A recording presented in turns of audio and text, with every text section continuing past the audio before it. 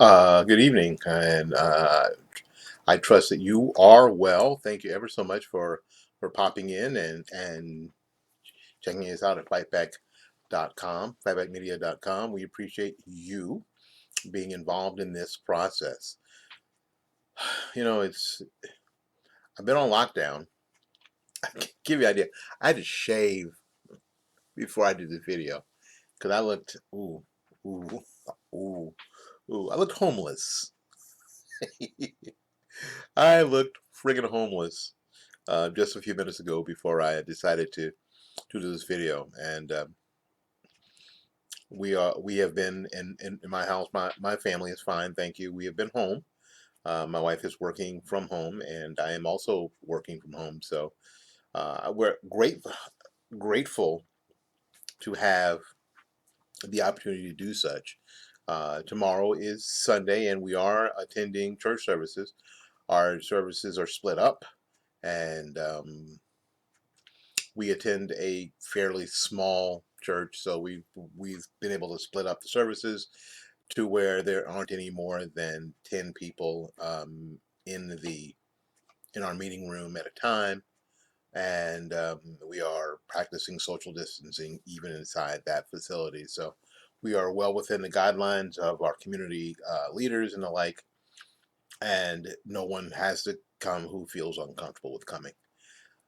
But today I wanted to talk about the political ramifications of coronavirus. Now, there's a lot of talk about we shouldn't be talking about politics now. This isn't political. Well, unfortunately, because Donald Trump, everything is political. Everything is political. Um, People ask all the time, why is this happening? Why is that happening? And I usually just say two words: Donald Trump, or just one word: Trump. Because when we saw Ebola and we saw swine flu, both, and you're going to see video here in a little bit, both with ramifications of much worse um, things that have happened to worldwide and here in the U.S. We did not see the reaction. We didn't see the reaction politically. We didn't see the reaction financially in the economic world. We just didn't see it. And we, as a country, got in on all of it from a medical emergency standpoint much later in the process. Didn't do anything about swine flu until 1,000 Americans had died. Now, some would say, "Why is that?" And I could say, I think, and fairly say, Obama, because it was completely and totally disallowed almost to blame Barack Obama for anything. To make, let me say it this way, even to hold Barack Obama responsible for anything at all. So, so why are we doing this? Why are we holding the president responsible for everything? Everything, including this virus that uh, didn't come from D.C., it didn't come from Washington State, it didn't come from the United States, it came from halfway around the world, inside a nation, inside a communist nation that does not have our best interests at heart. Although, as I look at my table, as I look at my laptop and my microphone and my headphones and my mouse, and as I look at the lights and I look at most of the things in this room, they all have the phrase emboldened on them, "Made in China."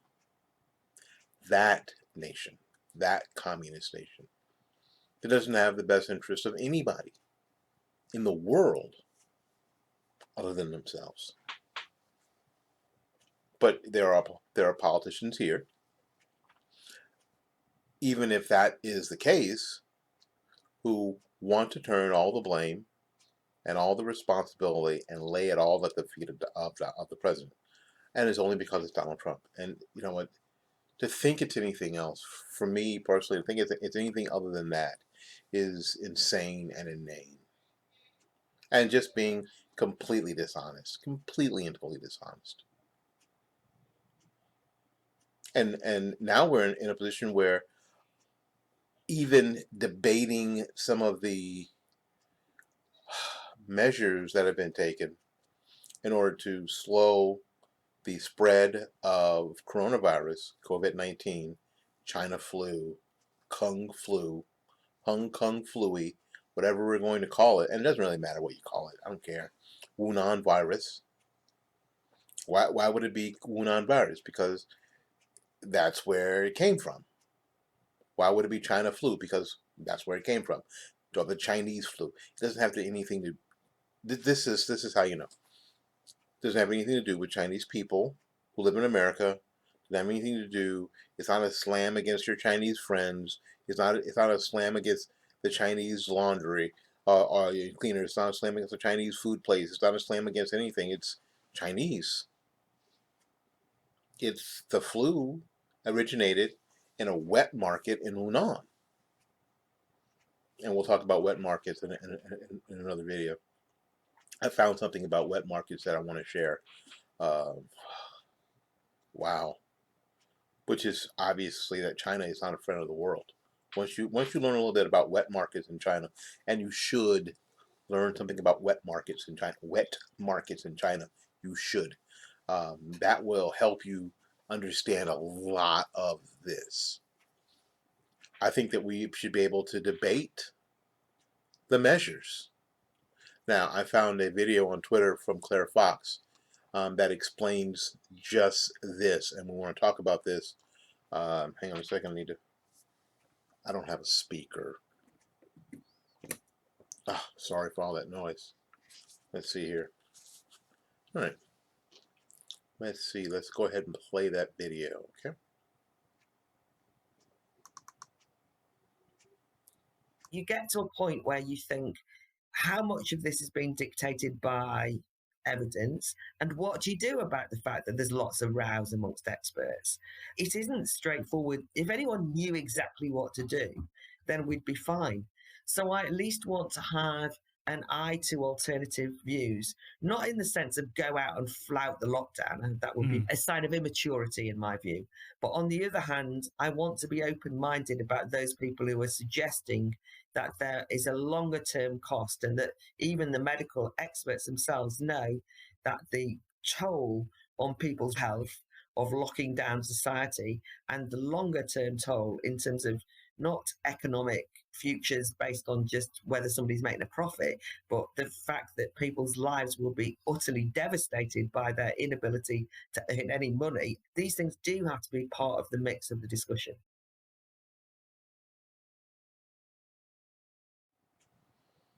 And so often now, what we're hearing is that um, it's profit over people.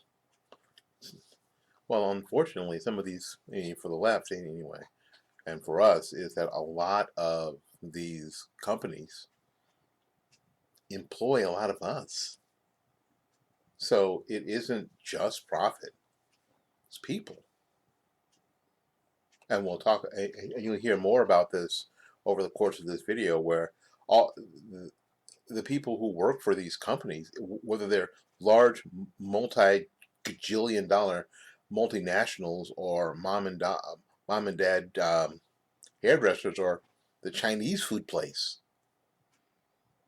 everybody's being affected by the lockdown and the shutdowns. It'd be one thing, frankly, I think, it would be one thing if there were market forces closing some of these places down. That would be one thing. If if there was economic policy that were causing businesses to close, if there were somehow if there was somehow um, market forces and economic policy that were causing this to happen. That would be one thing. Then we could look at the purveyors of that policy and go, well, we could attach this, but this is not that. What this actually is, this is the behavior of government slash media that's causing the second the second death. The second death is the economy, and what'll be the continuing repercussions of their policies, of their measures. And like Claire Fox, you know what? I'm not someone who's and I've been in this house pretty much, with the exception of going to get groceries. I've been in this house pretty much the entire time of the president's since the president's asked us to sort of shelter in place. We've been inside, all of spring, all of what would have been spring break. For the most part, I was indoors. I was still going to work when I was able to go to work, and now we got an opportunity to work from home, so I did that, and I've been setting that up and doing that in here, and my wife's been working from home. I mean, her her job just sort of said, "We're fine, everything's cool," and then one afternoon, working from home. Not ever done that. It's working out. Actually, it's working out well. My wife is a trooper. My wife's a patriot. So that's actually working out very well. And my son, unfortunately, he works for a school photography company, and the schools are closed, and may be closed for the rest of the year. We don't know. So all those activities have been stopped and may be stopped for the rest of the school year. So we don't know how that's going to work, but right now we're okay. We have food, we have water, we have toilet paper, we have everything. We have everything we need, and the ability to go to church tomorrow is really really important. And so we still have that. However, to to say that this is not going to affect the economy, and the economy is what is part of the future, and is part of our health moving forward, our ability to earn money for ourselves, is not just some multinational, fat cats raking in the money over the bodies of dead people. That's not all of what this is. As a matter of fact, it's probably not all of what any of this is. When AOC's on the House floor flailing her arms about this is really the bill, the relief bill that was signed, just put money in the pockets of the fat cats and not in the money, and not in the pocket of people like you and I. Now, let's back up for a second. I'm not thrilled about a $2 trillion relief bill. I $2 trillion. I'm not thrilled about money from that relief bill going to the Kennedy Center and some of the other. I mean, the laundry list of pork. I'm not thrilled about that at all. But I'm gonna be honest with you, because I promised I'd be honest with you. The $1,200, the $2,400 that we're getting in this house, maybe more. I mean, my son's getting probably get one, and my wife and I will get one, or I don't know how that's going to work out. We're going to take, and we're going to put in our bank account, and we're going to use it. We're going to use it for mortgage. We're going to use it for food. We're going to use it to keep the electricity on and the internet, because right now the electricity and the internet are super important to making sure the rest of our life goes. Yes, and maybe that'll help, sort of put a bumper against the amount of money or value that was lost in the 401ks. My part-time job, I work at a theme park. We don't know if we're ever going to go back to work. So this isn't about. Well, I'll tell you what. I work for SeaWorld Entertainment, not at SeaWorld Park, at another park that they own, but we don't know if we're ever going to go back to work. So this isn't just about the fat cats. It's about the rest of us, about the folks. So we have to be able to have this debate, and we have to have this debate on all levels. We have to make sure that it's not just agenda driven. And one of the people out there on the left who is super, and in leftist media, that is super agenda driven, and we have found has been Brian Williams. So Brian Williams basically attacks anything that comes from the administration that isn't gloom and doom and terrible. Anything connected to Trump, Brian Williams hates. This is more of an example of just that. You describe the job President Trump is doing behind the scenes and in front of the cameras during these daily briefings that we're seeing.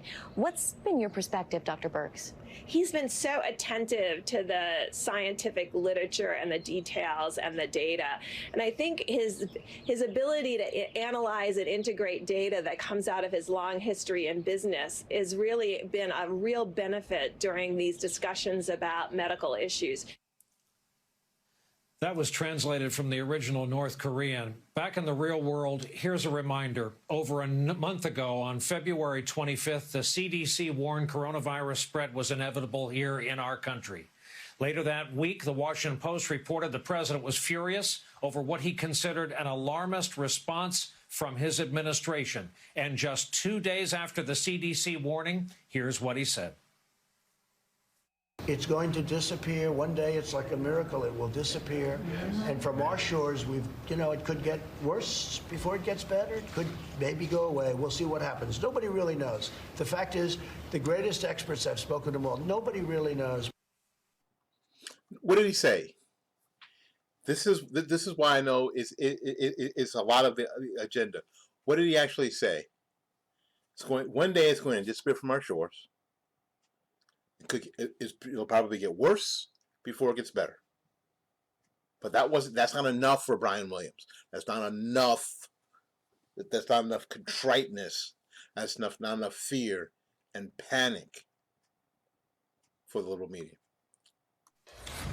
Here for more is Tom Nichols, professor of national security affairs at the U.S. Naval War College, an expert in this area, the author of over half a dozen books. And the usual reminder, when Tom joins us, Professor Nichols expresses opinions that are his own.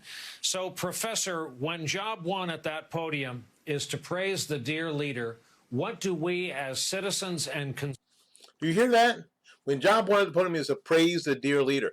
Now, that's the very same sort of talk that we use, or that they use when they're talking about Kim Jong-un. So as a news person, as a person who is a professional journalist, to use those sort of terms, to be so flippant with that sort of attitude, that's got to tell people immediately that this is not, that Brian Williams is not about exposing the truth. Brian Williams is about pushing an agenda. Brian Williams is about pushing his disdain for President Trump. Consumers do when we have even a whiff of doubt about anyone not named Fauci on that stage? Well, I think we have to have a certain amount of sympathy for the experts on that stage, because they're trying to manage a pandemic and manage the president at the same time.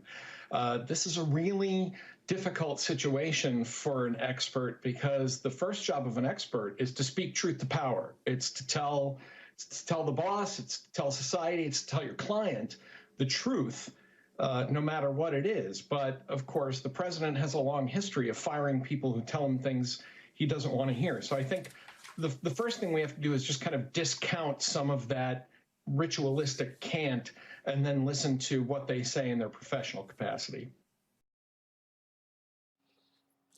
Brian Williams not happy with that because even his expert didn't hop on with him, didn't hop on with him and say, you know what? And here's the deal, folks. Part of the president's job is this. Part of the president's job is to ensure that the American public believe that there's a future for America after the crisis. Now, some of you, even some of you, have forgotten that. You have forgotten that. You have forgotten September 11th, 2001, where a good part of George Bush's job as president was to ensure the American public that there would be an America after this crisis, as opposed to, holy God, what we're gonna do? Oh, I guess we all need to be Muslim now because they've won and we've lost, right? They've won and we've lost. It's crazy. It is absolutely ridiculous. So, but what we're seeing on the left is this virus that's come from around the world is now everything about it that is negatively impacting Americans is somehow Donald Trump's fault. Does that even make sense? Does that does that even make sense? How can that make sense? It doesn't make any more sense than to say that all the people who were negatively impacted by Ebola or the swine flu, it was all President Obama's fault. That doesn't make any it didn't make any sense then, and it doesn't make any sense now. It is important that we live on this planet, Brian Williams, not on the planet of the liberal left, not on the planet of the never Trumpers, disguising themselves as professionals and professional journalists and experts. It's important that we live on this planet where reality is really the deal. So the president not, I don't know, behaving in a socialistic manner and shutting down means of the economy day one, which would have drawn your ire, because when the president decided to ban travel from Wuhan and that region of China, people like Chuck Schumer said that this ban was what? Premature and racist. So why aren't you calling out Chuck Schumer and other members of the liberal left in Congress on going against the president's wishes of the original travel ban from those parts of the world that were the epicenter of infection? See, these are the questions that have to be asked. This is a discussion that has to be had. I wish, I pray that there would not be a political side to this, because this political side seems to be the worst of it. It'd be one thing if I was just nervous about getting sick. I've said this in a couple of podcasts and videos already. I'm a person who's had pneumonia twice, hospitalized pneumonia twice in the past 12 years. I don't want to get pneumonia again. I don't want to be on a ventilator. Last time I was on a ventilator, my heart stopped. I don't want that for myself. It'd be one thing if that was the only thing that I was concerned about. But frankly, what I'm more concerned about is that what is our nation going to look like post-coronavirus? What freedoms and liberties are we ready to give up because of the liberals' left's disdain, hatred even, for Donald Trump, and for those of us who support the president? Fox News, folks, is not the Fox News that The left pretends they are. Rupert Murdoch is gone. The kids are taking over. And this lady doesn't have a job there anymore. We've reached a tipping point. The chorus of hate being leveled at the president is nearing a crescendo as Democrats blame him and only him for a virus that originated halfway around the world. This is yet another attempt to impeach the president. And sadly, it seems they care very little for any of the destruction they are leaving in their wake. Losses in the stock market.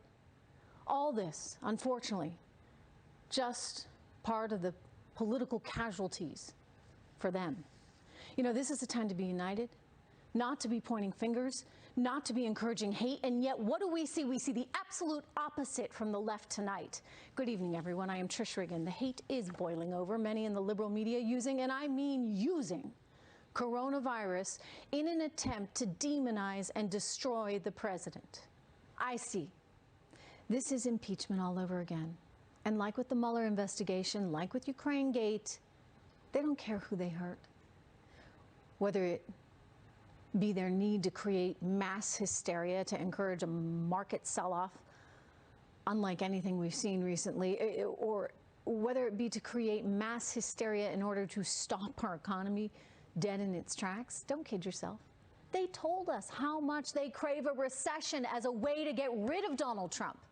You know, of course, these are people's jobs that the left does not mind seeing them lose. These are people's 401ks that are being decimated. And that's okay with them? That's okay with the left? Yeah. You know, in some ways, they almost seem to be cheering it on. This is impeachment all over again, complete with a whistleblower to complain about our Health and Human Services Committee, right? It's critical, you know what, that we look at these numbers with a clear lens. I want to remind everyone that the CDC estimates that this year's seasonal flu has resulted in roughly 34 million cases and 20,000 deaths in the United States alone. The seasonal flu. From 2009 to 2010, nearly 61 million Americans got swine flu, and more than 12,000 Americans died. As many as 575,000 people worldwide died of the swine flu. And was there any criticism? No.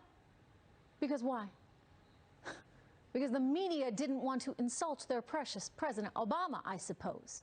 You know, I spoke with a doctor on Friday who told me that the World Health Organization and others, they typically do whatever they can to get the word out.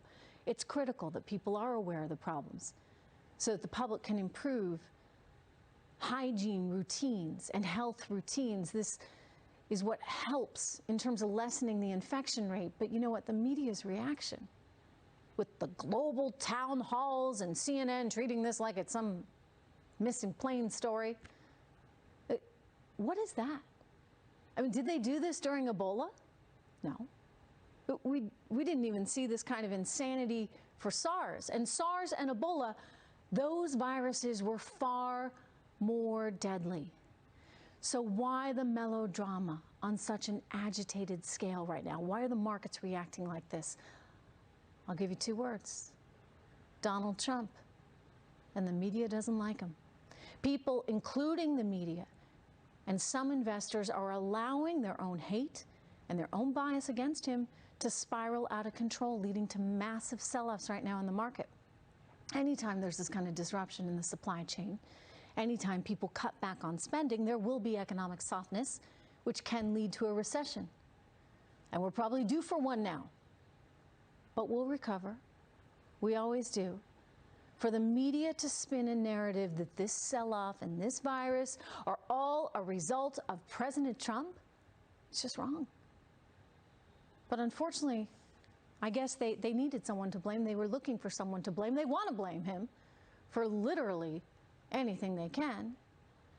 And they have no real interest, shall we say, in finding who's to blame, who is the root cause of all this. From what we can tell, this all originated out of China. You know, when Donald Trump is their political target, that's all they need. And that's tonight's intel. Well said. Well said. And that is, well, and that's what we're dealing with politically. I wish it were something else. I really wish it were something else. But it's very simple. You know, a close friend of mine contacted me a number of days ago and praised the behavior of our governor, but didn't praise the behavior of the president.